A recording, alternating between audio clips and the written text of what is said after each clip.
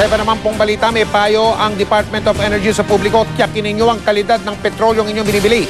Sa taas kasi ng presyo ng langis ngayon, ang gasolina pati ng LPG pwede nang mabili ng patingi-tingi. Bawal yan. Lubang delikado yung ganyang estilo. Nakatutok si Julio Segovia. Sa taas ng presyo ng petrolyo, may ilang tumatangkilik sa tingi-tingi o deboteng gasolina kahit pa bawal ito at lubhang delikado. At hindi lang palang petrolyo ang mabibili ng tingi-tingi, kundi maging ang LPG. Nakuha na ng programang investigador ang racket ng isang auto gas station sa Baliwag, Bulacan noong nakaraang taon. Imbes na sasakyang DLPG lang ang kargahan, pati mga tangking pambahay, sineserbisyohan na rin ng patingi-tingi. At dahil kulang sa permit, agad itong ipinasara ng DOE. Sa kabilang bayan naman ng Busos, Bulacan, isa pang gasolinahan ang nabisto ring ganito ang kalakaran. Pwedeng magpakarga ng tingi-tingi kung magkano lang ang abot ng inyong bulsa. Ang ilan, itinatago pa sa sako ng bigas ang mga dalang tangke. Bagamat iginiit na kooperatiba ang gasolinahan, paliwanag ng DOE, kailangan pa rin ito ng mga kaukulang permit para makapag-refill ng LPG. Very volatile yung flammable yung natin, yung petroleum products na LPG. Lahat ng petroleum products should be handled properly. Kasi kung open sa public, magkakarga ka doon, kung meron naninigarilyo doon, no smoking dapat, di ba? Sa gitna ng di mapigil na pagtaas ng presyo sa petrolyo, ang tangi lang daw maipapayo ng DOE sa ngayon, tiyakin ang kalidad ng petrolyong binibili. Huwag daw bumili sa patingi-tingi. That's dangerous. I mean, also the quality is questionable. Masisira, it's been, may halong tubig and so forth and so on. Sa gasolinahan, mas mahal nga ng kaunti, tiyakan naman daw sa kaligtasan at kalidad. Hindi kasi namomonitor ang mga tindahan ng tingi-tingi. Hindi rin handa ang mga tindahang ito sakaling magkaroon ng problema tulad ng sunog. We have to put a stop to that also. Sir, paano? Sa anong hindi ko magkakayabang i-monitor yun?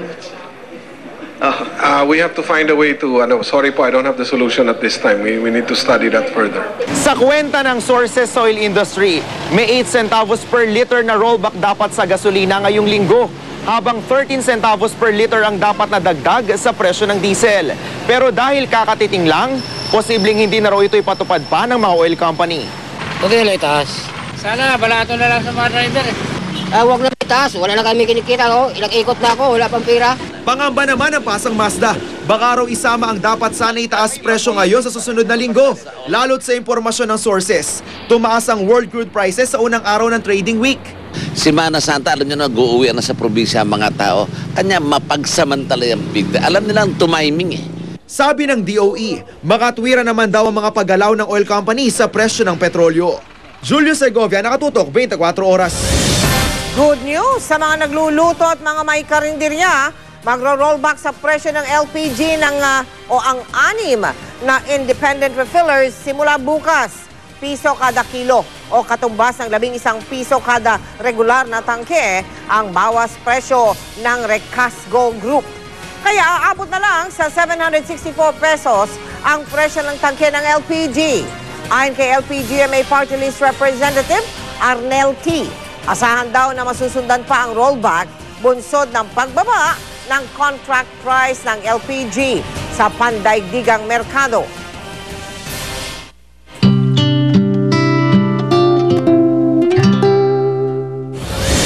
Nagbabakasyon na marami tuwing Semana Santa pero ang mga tagamando ng trapiko pinagbawalang magbakasyon at mag-absent. Iwas disgrasyang biyahe naman ang target ng mga kinukulan kaya pinag-seminar nila ang mga driver ng bus. Mula sa Araneta Center Bus Terminal sa Cubao sa Quezon City, nakatutok live si Steve Dailisan. Steve. May karamihan sa mga biyahero na narito ngayon sa Araneta Center Bus Terminal, sila yung mga umiiwas dun sa inaasahang bulto ng mga pasahero na inaasahang magsisimula, Mike, sa darating na Biyernes hanggang sa Miyerkules Santo na yan sa susunod na linggo. Ang kaso, kahit itong mag-anak na ito, medyo napaaga nga yung kanilang alis. Pero kaninang umaga pa sila nandito alas 9 pa lamang para dun sa alas 12 ng tanghali na biyahe nila. Hanggang ngayon, wala pa yung kanilang masasakyang bus. Nagkaroon daw ng pagkaantala dahil nagkaroon ng aberya doon sa Pagbilao, Quezon. Pero nung makausap natin kanina, Mike, yung dispatcher ng bus company na ito, ang sinabi niya sa atin ay anumang oras daw ngayon ay darating na raw yung bus at matutuloy na raw yung kanilang biyahe. Alam mo, Mike, yung ibang mga bus company dito ay nag-aalok pa ng diskwento doon sa kanilang mga pasahero. Halimbawa, yung pamasahe nasa 1,487, ginagawa na lamang nila itong 1,400. Inaalis na yung butal, yan daw yung kanilang pang-attract dun sa mga kanilang pasahero. Yung iba nga meron pang libreng lunch o dinner dun sa kanilang biyahe. Pero higit dyan, Mike, yung konsiderasyon syempre dun sa kaligtasan ng kanilang mga pasahero. Higit dun sa paniniguro dun sa kondisyon ng kanilang sasakyan, binusog din daw nila sa kaalaman, Mike, yung kanilang mga driver.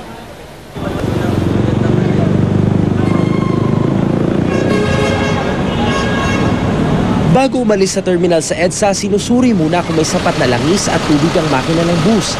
Bagong palit daw mga gulong at kumpleto ang stud bolt. Gumagana rin ang busina, ilaw at wiper. Mga bagong pelikulang aprobado ng MTRCB at OMB ang palabas sa TV. Liban pa sa libreng internet para iwas inip sakaling matraffic. Pa-check up namin lahat kung anong kondisyon ng bus. Kung talagang hindi po pwede, binabalik namin ng maintenance department namin. At para kondisyon ng mga driver, isinailalim sila sa 3 araw na seminar sa UP National Center for Transportation Safety. Mula sa tamang asal sa kalsada, mga umiiral na batas trapiko, pagpapahalaga sa kalikasan, basic first aid techniques at pagsunod sa road signs. Pwede kasing hindi nila alam ang ibig sabihin. Pwede rin, napansin nila, parang hindi naman kasi magandang pagkalagay, hindi standard, or kunya nakalagay lang sa plywood or sa papel. So siguro, or minsan hindi napapansin, kaya siguro hindi nila fina-follow. Importante rin daw ang vehicle dynamics na tutukoy sa tamang pwesto ng kamay, paa at pagupo para komportable sa biyahe. Para maano sa amin po na mas marami pa namin natutunan dahil po dyan sa pag-seminar namin yan. Sa labas ng bansa, may disiplina yung driver. Pero dito, hindi gaano sumusunod sa batas. Kaya maraming aksidente nangyayari sa atin. Ang MMDA pinaghahandaan na rin ang bulto ng mga pasahero sa mga terminal ng bus.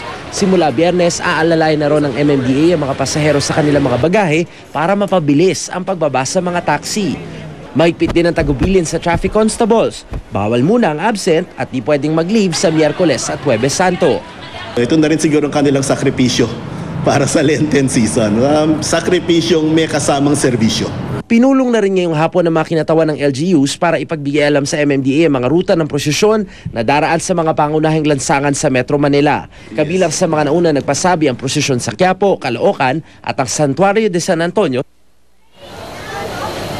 Mike, bagamat yung sa mga babiyahe no, importante na maaga pa lamang naayos na ninyo yung reservation ng inyong mga tiket. Bagamat sinigurado ng LTFRB na meron na silang inisyu na mahigit 200 special permits para makabiyahe yung mga bus at meron pang mga nakapending na mahigit 600 na special permits. Importante pa rin na agahan ho ninyo ang inyong reservation ng inyong mga tickets para sa gayon hindi kayo nagkukumahog pagdating dito sa terminal, lalo pat mabusisi rin yung isinasagawang pag-inspeksyon naman ng mga security personnel sa inyong mga bagahe. Hanggat maaari daw, Mike, ay dapat 2 hanggang 3 oras yung allowance ninyo sa pagpunta dito naman sa terminal para nang sa gayon hindi kayo maiwanan ng inyong mga sasakyang bus. Mike? Steve, yung nakikita naming dami ng pasahero dyan sa Araneta Bus Terminal sa mga sandaling ito, normal pa ba yan o nadagdagan na sa puntong ito na hindi pa naman talaga Semana Santa dahil sa 1 linggo pa yun Steve? Tama ka dyan, Mike. Kasi yung mga nakikita niyo bumabiyahe ngayon, karamihan sa mga nakausap ko kanina ay uuwi sa kanilang mga probinsya para nga makigunita, para naman dumalo dun sa mga graduation ceremony nung kanilang mga kaanak. Kaya yung iba, inagahan na rin talaga para sapul na yung graduation, pati yung pagunita ng Semana Santa sa probinsya, Mike. Maraming salamat, Steve Dailisan.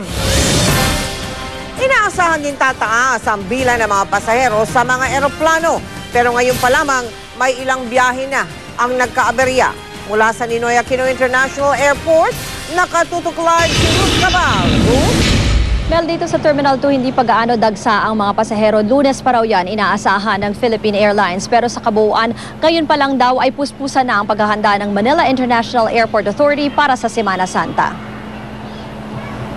Taga Iloilo sina Lucy, pero nadatna namin sila sa NAIA Terminal 2 sa Pasay. Nakansela kasi ang Iloilo-Cebu flight nila para sana mamayang 7:45 ng gabi.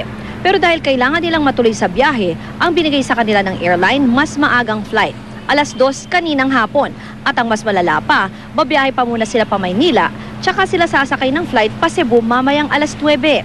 Commercial reasons lang daw ang dinahilan ng airline. Biglang instant bakasyon kayo sa Maynila. Actually, hindi bakasyon to kasi hassle talaga.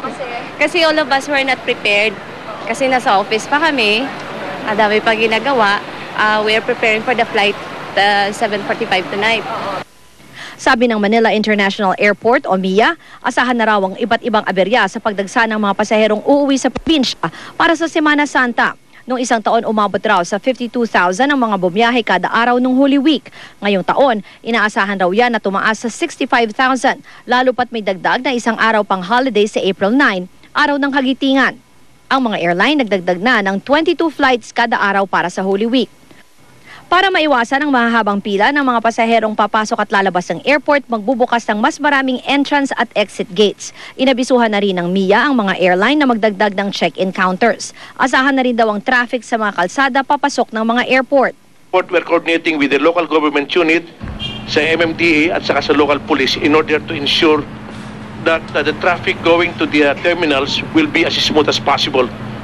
Likewise, we'll also be requesting our friends from the media to continuously monitor and remind our people to check their flights.